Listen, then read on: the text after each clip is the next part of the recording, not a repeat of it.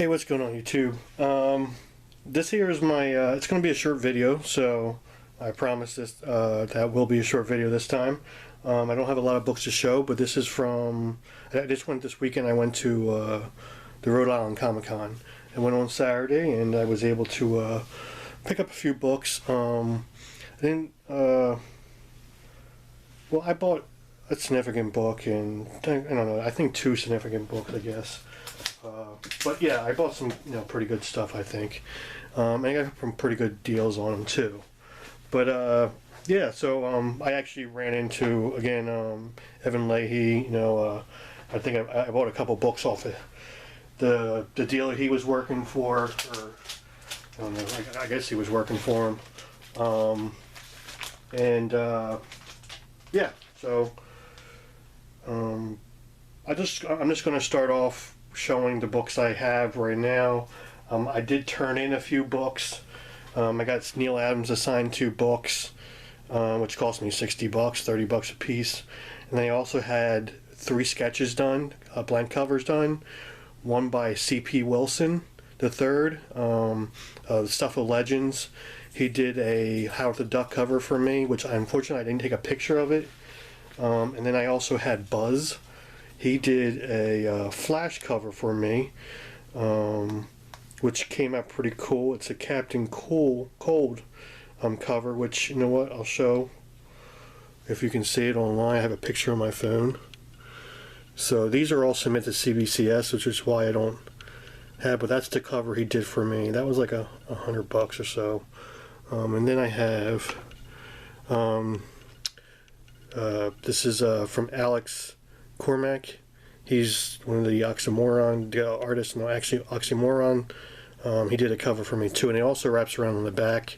He has like his hand in there, the knife and stuff. It's pretty cool. But he only charged me like $30 for that. So, and C.P. Wilson, I wish I would have taken a picture of that. That was really cool looking. He charged me like $50, which isn't bad.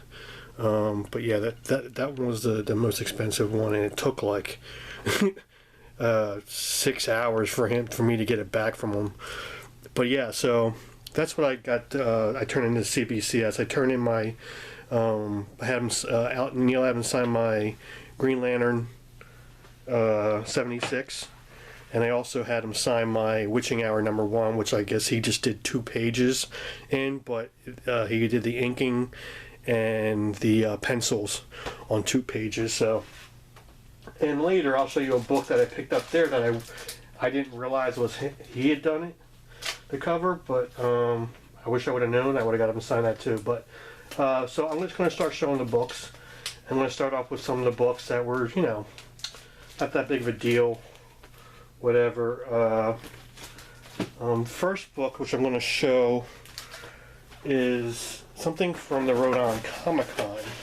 It's actually like some exclusive stuff from there. So first I bought this.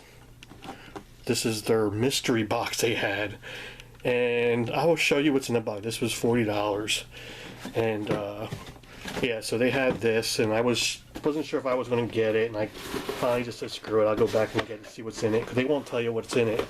And of course the reason why is because it kind of sucks, but for $40. But one thing they had in was a Funko. It's a Blue Stealth Iron Man, which is the actual same Funko Pop they had last year there. They must have had a bunch of leftovers and just decided to do the same exact thing again.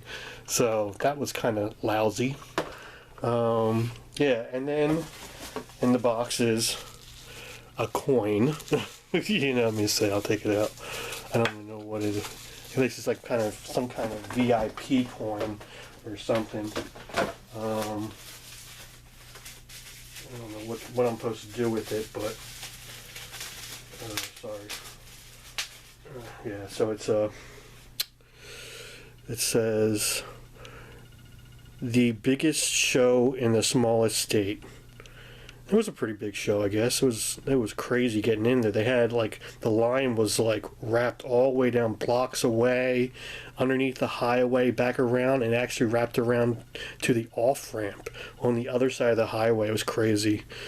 Very not put together well, But yeah, then there's something of a VIP thing. Pretty stupid though. And then I got a pin, which you mostly get pins in these boxes like this, loot crate, stuff like that. But whatever. And then, which I guess this is supposed to be one of the exclusive things or something. They throw in like an autograph or something, and I got this guy. I think it says Simon something. It looks like a child scribbled it. But the guy looks familiar, I just can't think of what he's from. Like Stargate or something, or I want to say, I don't know though.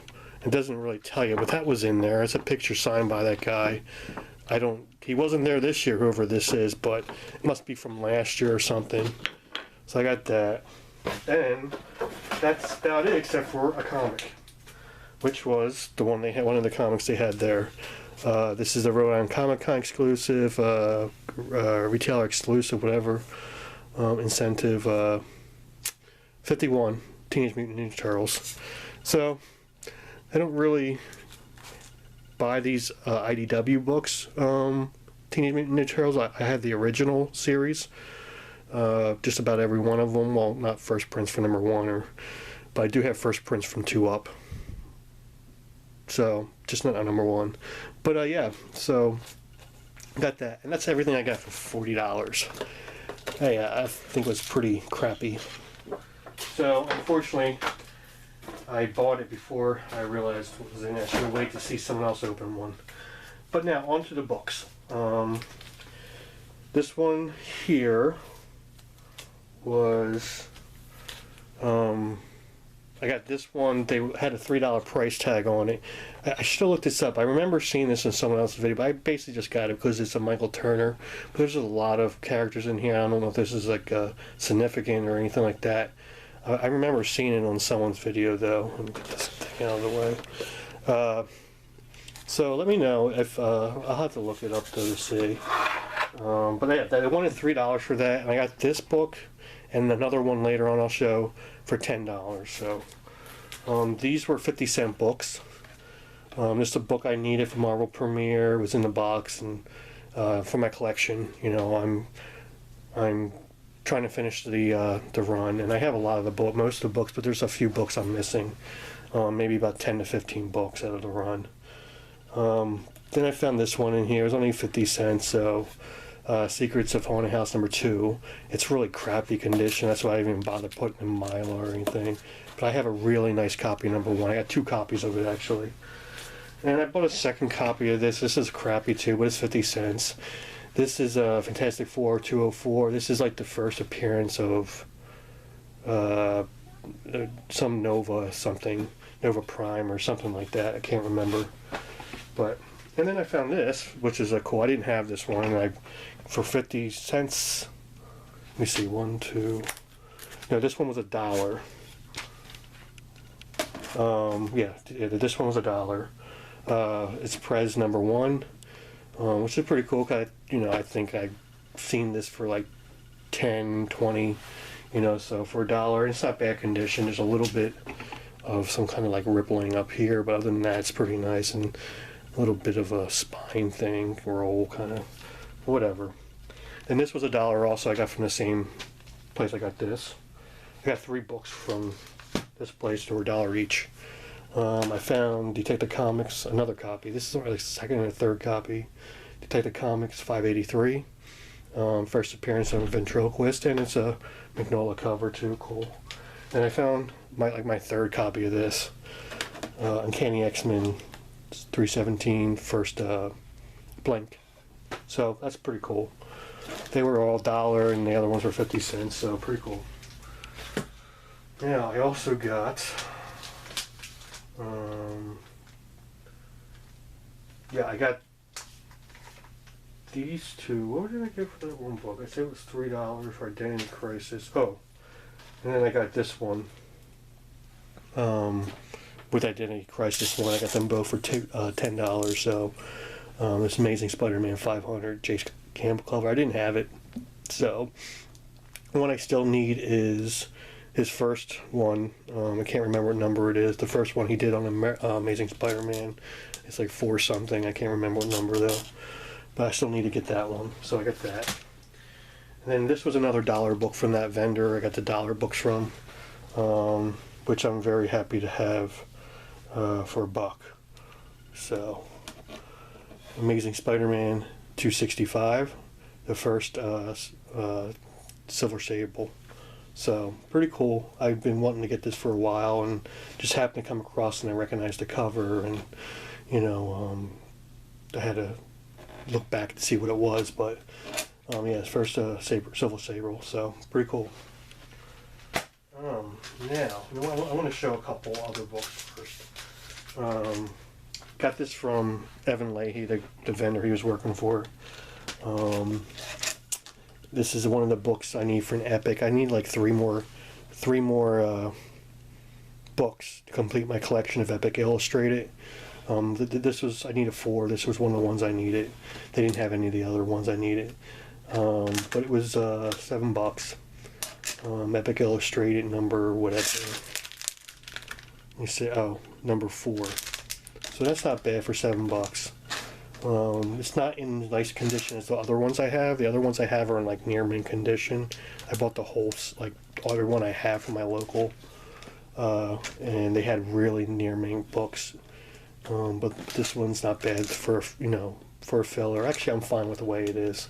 I'm not looking to get a near mint. I don't need one. That's nice.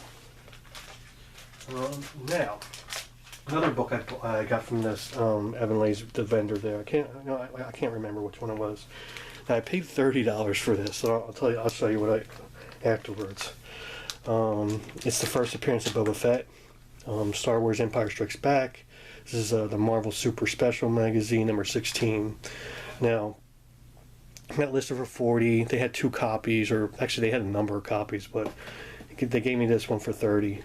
So it's, you know, it's a pretty nice looking book, but it's like discolored. The white's like kind of, you know, browning or something.